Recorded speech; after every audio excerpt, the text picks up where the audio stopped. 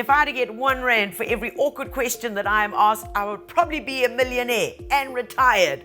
Guys, so many people have problems with orchids. They don't understand them, they get stressed out about them, and they're worried that they're going to kill them. Now, let's keep it very simple. As long as you've got the right growing conditions and the right feeding regime, you will be okay. We've got an easy solution for feeding, which is very similar to watering, and we're going to show you how. Depending on the type of orchid that you have, and it's always important to understand the name of the orchid, that will depend on what orchid food you're going to use at different times. Starke Ayres have two different types of orchid food, one called flowering orchids and one called growing orchids, and they obviously are used at different times. So it's important to know what type of orchid you have, because there are many different names. You get Vandas, Phalaenopsis, the moth orchid, Oncidiums, and even Cattleyas. So if you have an Oncidium, which flowers late autumn, early winter, they need to set spike during summer. So it's important that you then start feeding the flowering orchids to set the flower spike, set the bulb growth during your summer period. That's when you would use the flowering orchids. Makes sense to get them to put on the green growth and the thick bulb set. So let's break it down and keep it very simple. Flowering orchids is a combination of nitrogen, potassium, and phosphorus. This product is used when you want to promote flower spikes. So it's not when the plant is in flower. When it's in flower, the plant is doing its own thing. That's when you sit back and enjoy it. So when you have a plant like this Oncidium, which we want to bring into flower spike, that is when you would use flowering orchids, because it is very high in potassium. So if you have a look on the bag, on the little doy pack here, it says 6, 8, 24. What does that mean? 6%, 8%, 24%. So the highest number, 24, okay, means that 24% of this bag is made up of potassium. Potassium, which is the K, encourages flowering. So that makes sense. So always remember your NP and your K, that is how it's divided into.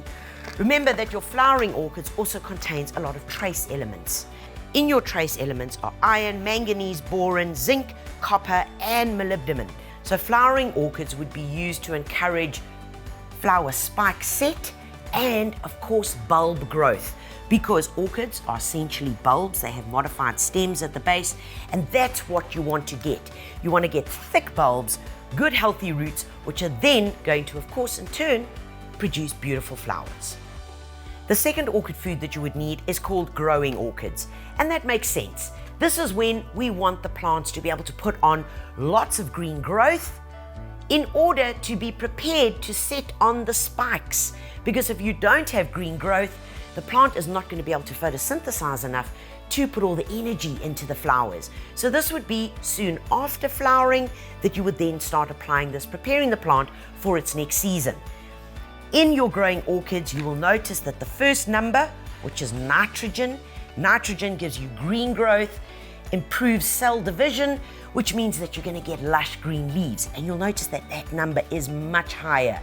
So that is 30% is nitrogen, 10% is your phosphorus for root, 10% is your potassium, which in flowering was much higher.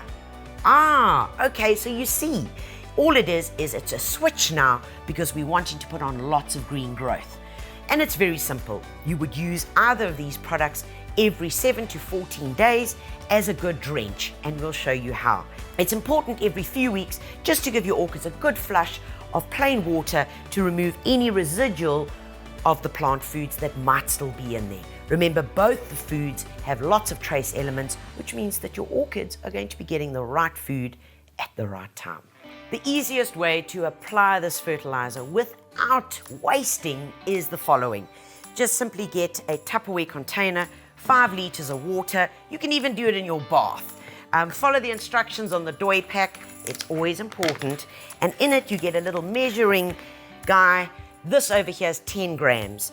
For all your orchids, you would use 5 to 10 grams. So in between is fine. One of these capfuls into your 5 liters, pop it in there, give it a good stir. If there is some residual left, in other words, it won't fully dissolve, don't stress about that. It's a normal process. So give it a good mixing here. And then when it comes to watering, which you would do once every 2 weeks, you would just take the orchid, pop it in here, splash a bit on it,